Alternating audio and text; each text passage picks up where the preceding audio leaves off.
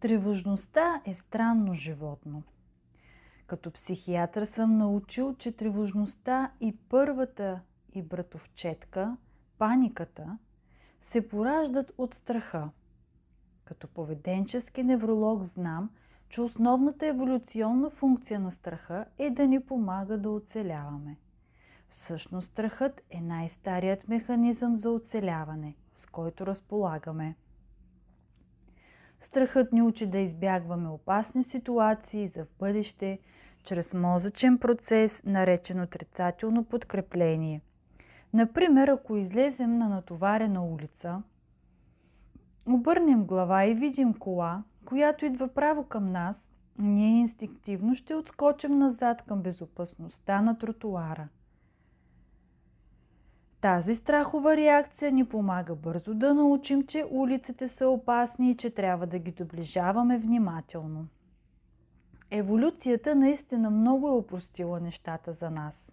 Толкова ги е опростила, че са ни нужни само 3 елемента в подобни ситуации, за да се научим някакъв знак от средата, поведение и резултат. В този случай излизането на натоварена улица е нашият сигнал да се огледаме и в двете посоки преди да пресечем. Да пресечем улицата без да пострадаме ни учи да запомним, че трябва да повтаряме същото действие в бъдещето. Ние споделяме този инструмент за оцеляване с всички животни. Дори и голохрилите, морски създания с най-примитивната нервна система, позната на науката, използват същия механизъм за научаване. В някакъв момент, през последния 1 000 000 години, ние, хората, сме развили нов слой върху по-примитивния си мозък, предназначен за оцеляване. Невролозите го наричат префронтален кортекс. Участват в творчеството и планирането. Той ни помага да мислим и да планираме бъдещето. Прогнозира какво ще се случи в бъдеще въз основа на миналия ни опит. От основна важност е обаче, че префронталният кортекс се нуждае от точна информация, за да прави точни прогнози. Ако липсва информация, той разиграва различни версии какво би могло да се случи, за да ни помогне да изберем най-добрия път напред. Той прави това, като преглежда симулации въз основа на предишни събития в живота ни, които са най-сходни. Например, камионите и автобусите са достатъчно сходни с колите, за да можем несъмнено да приемем, че би трябвало да се оглеждаме в двете посоки, за да избегнем всяко бързо движещо се превозно средство. Да заповяда тревожността. Тревожността се ражда, когато нашия ПФК няма достатъчно информация, за да прогнозира с точност бъдещето. Видяхме това, когато COVID-19 избухна на световната сцена в началото на 2020 година, както би се случило с всеки новооткрит вирус или патоген. Учените побързаха да проучат характеристиките на COVID-19, за да установят точно колко заразен и смъртоносен е той и да можем да действаме адекватно. Но особено през първите дни след откриването му цареше несигурност. Без точна информация за мозъците ни се оказа лесно да измислят истории за страх и ужас въз основа на последните доклади, които сме чули или прочели. А заради начина, по който работят мозъците ни, колкото по-шокиращи са новините, подсилвайки чувството ни за опасност и страховете ни, толкова по-вероятно е мозъкът ни да ги запомни. Сега добавете елемент на страх и несигурност, заболяване или смърт на членове на семейството, перспективата да изгубите работата си, трудното решение дали да изпратите децата си на училище или не, тревогите за това как да отворим отново икономиката по безопасен начин и така нататък. И мозъкът ви получава една голяма купчина лошоти, които да се опита да прецени адекватно. Забележете, че страхът сам по себе си не е равен на тревога. Той е адаптивен механизъм за научаване, който ни помага да оцеляваме. Тревогата от друга страна е маладаптивна. Нашият мислещ и планиращ мозък просто се изплъзва от контрол, когато няма достатъчно информация. Можете да разберете това само като гледате колко бързо настъпва страховата реакция. Ако излезете на натоварена улица или върху вас тръгне да върхлита кола, вие инстинктивно ще скочите веднага обратно на тротоара. В тази ситуация нямате време да мислите. Обработването на цялата тази информация във вашия ПФК отнема твърде много време, а вземането на решение за това какво да правите отнема дори още повече време. Можем да разбием нещата на три много различни времеви линии, които отличават рефлексите от научаването и от тревожността. Незабавна милисекунди, интензивна от секунди до минути, хронична от месеци до години. Незабавната реакция се случва на ниво оцеляване. В тази ситуация не научаваме нищо, просто се отдръпваме от опасността. Това трябва да се случи наистина бързо и инстинктивно. Да скочите обратно на тротуара е толкова бързо действие, че едва постфактум осъзнавате, че се е случило. Тази реакция започва в автономната нервна система на по-старите дялове на мозъка ви и протича бързо извън съзнателния ви контрол, за да регулира всякакви неща, като например колко кръв изпомпва сърцето ви или дали мускулите ви получават повече кръв от храносмилателния ви тракт. Това е животоспасяващо, защото когато има непосредствена заплаха, нямате време да мислите. Мисленето е много по-бавен процес. С други думи, тази реакция бий се, бягай или замръзни ви опазва живи достатъчно дълго, за да стигнете до следващата фаза и да научите нещо от случката. Веднъж, щом сте се отдръпнали от опасността, усещате острия прилив на адреналин и започвате да осмисляте какво се е случило току-що. Мисълта, че без малко да загинете, ви помага да свържете излизането на улицата с опасност. Мозъкът ви може дори да извади един-два стари спомена, докато чувате в главата си гласа на някой от родителите си и си спомнете първия път, когато майка ви или баща ви са ви смъмрили, че не се оглеждате в двете посоки преди да пресечете улицата. Това, че тази страхова психологическа реакция е толкова неприятна, ви помага да се научите.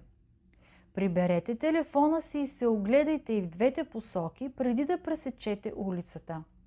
Забележете колко бързо се учите тук. Не е нужно да прекарвате месеци, ходейки на терапия, докато се опитвате да дешифрирате дали имате някакво предсмъртно желание или сте били непокорни като дете. Става въпрос просто за това да внимавате в опасни ситуации. Свързвате натоварената улица с избягването на колата на косъм. По ирония на съдбата, вие бързо научавате това, което родителите ви все са се опитвали да ви втълпят като дете. Важно е, подобно на зебрите, които скачат и ритат, или на кучетата, които се отърсват, след като оцелеят в стресиращата ситуация, да се научите как по безопасен начин да се отървавате от излишната енергия, която е свързана с адреналиновия прилив от типа «разминах се на косъм от смъртта», за да не доведе тя до хроничен или посттравматичен стрес или тревожност. Тук не върши работа просто да разговаряте с някого. Може наистина да трябва да направите нещо в физически план, като например да крещите, да се отърсите, да танцувате или да се заемете с някакъв вид физически упражнения. По-старият и по-новият ви мозък се сработват добре, за да ви помогнат да оцелеете. Когато действате инстинктивно и се учите от тези ситуации, Живеете достатъчно дълго, за да сте в състояние да започнете да планирате бъдещето. Когато всичко работи добре, тогава ПФК е в състояние да блесне. Черпи информация от минали преживявания и ги проектира в бъдещето като начин да създаде модел и да прогнозира какво би могло да се случи, така че вместо постоянно да реагирате на случващото се в момента, да можете да планирате какво следва. Всичко това е много добре, стига да имате достатъчно информация да направите добра прогноза. Колкото по-сигурни можете да бъдете в това какво ще се случи, толкова по-добре можете да прогнозирате и да планирате бъдещето. Подобно на семе, което се нуждае от плодородна почва, старият мозък, отговарящ за оцеляването, създава условия за тревогата да проникне в мислещия ви мозък. Ето къде се ражда тревожността. Страх плюс несигурност е равно на тревожност. Например, как се почувствахте първия път, когато децата ви поискаха да отидат сами на училище или до приятелче на няколко пресечки от дома ви?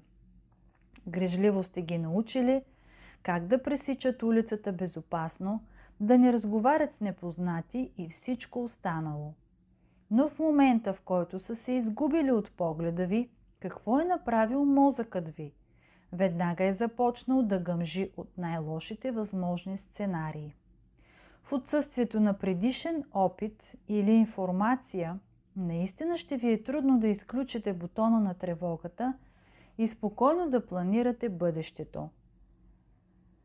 Вашият мислещ, планиращ мозък не разполага с реле за информация, за да може да преминава в дремещ режим в случаите, когато тя не е достатъчна и да изчака, докато не получи повече информация. Точно обратното.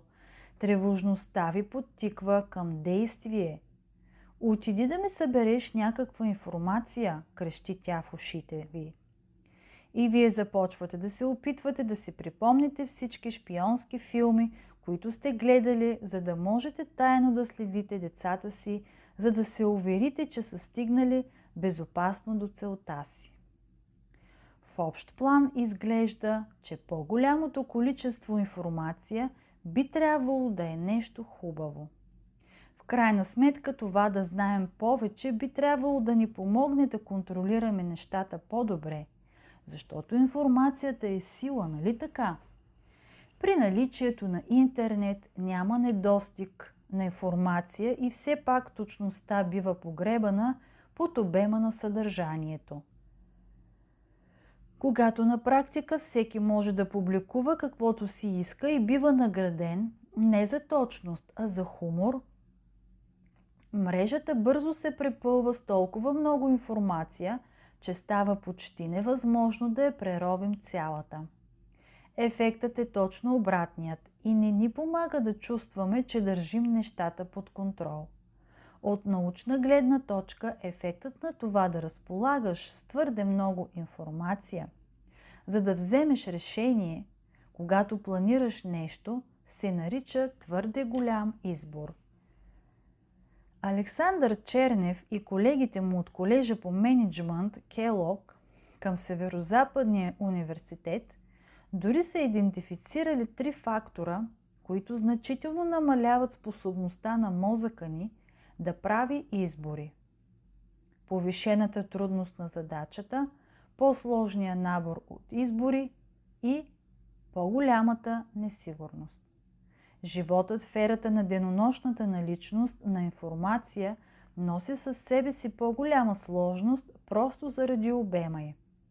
Да получите купища възможни статии при търсене в Google може да ви се стори като да отидете до плажа, за да си натопите палците на краката във водата, а после да вдигнете поглед и да видите как към вас се приближава огромна приливна вълна. Усещането, че никога не може да сте в крак с новостите или дори да следите нещата във вашите кръгове в социалните медии, може да е като да надигнете чаша с вода, защото сте жадни и имате нужда да я изпиете до дъно, но да не осъзнавате, че чашата е бездънна. Претоварването с информация не просто е съкрушително само по себе си, ами трябва да добавим и естеството на информацията. Противоречивата информация естествено води до по-голяма несигурност. Не е нужно аз да ви казвам до каква степен мозъците ни мразят противоречиви истории. Защо? Те са самото въплъщение на несигурността. И за съжаление, сложността и несигурността само ще нарастват, тъй като техниките за манипулирането на информация стават по-изтънчени. Колкото по-несигурна е информацията, ситуация, която обикновено е придружена от подтик да се изкаже собствено мнение, толкова повече вашият ПФК започва да работи на все по-бързи обороти, поглъщайки какъвто субстрат му предоставите, докато се опитва бързо да ви даде всички възможни сценарии. Ами какво ако, за да ги обмислите? Разбира се, това трудно може да се брои за планиране, но мозъкът ви не знае как по-добре да се справи. Колкото по-неточна е информацията, която вашият ПФК усвоява, толкова по-лош е резултатът. И докато сценариите клонят все повече към най-лошите възможни, вашата физиология от типа бий се, бягай или замръзни може да ви накара да се чувствате в опасност, въпреки че тя е само във вашата глава. И ето ви тревожност. Нека да се върнем към примера за това как пускате децата си на първото им приключение да отидат сами на училище или до дома на приятел на 3 пресечки от дома ви. В старо време нашите родители е трябвало да ни пуснат навън в опасния свят и просто да ни очакват да се върнем у дома. Сега родителите могат да заредят децата си с всяко възможно проследяващо устройство, преди да ги изпратят до вратата, така че да знаят къде са децата им във всеки момент. И тъй като могат да следят всяка стъпка, е възможно да се тревожат за всичко по пътя.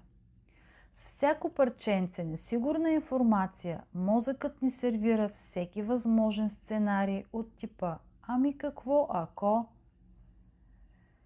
Това е планиращият мозък, който се опитва да премисли всички непредвидени обстоятелства в опит да помогне. Дали това подобрява по някакъв значим начин сигурността на детето? Вероятно не, особено когато се сравни с повишената тревожност, която поражда. Да, тревожността е еволюционна добавка. Когато основаното на страх научаване се комбинира с несигурност, вашият добронамерен ПФК не чака за останалите съставки. Той взема това, с което разполага в момента, използва тревогата, за да го омеси заедно, пали фурната на адреналина и ви изпича самун хляб, който не сте искали. Голям, горещ самун тревожност. А в процеса на приготвянето на самуна, вашият мозък съхранява малко от тестото. Нещо като квас, за по-късно.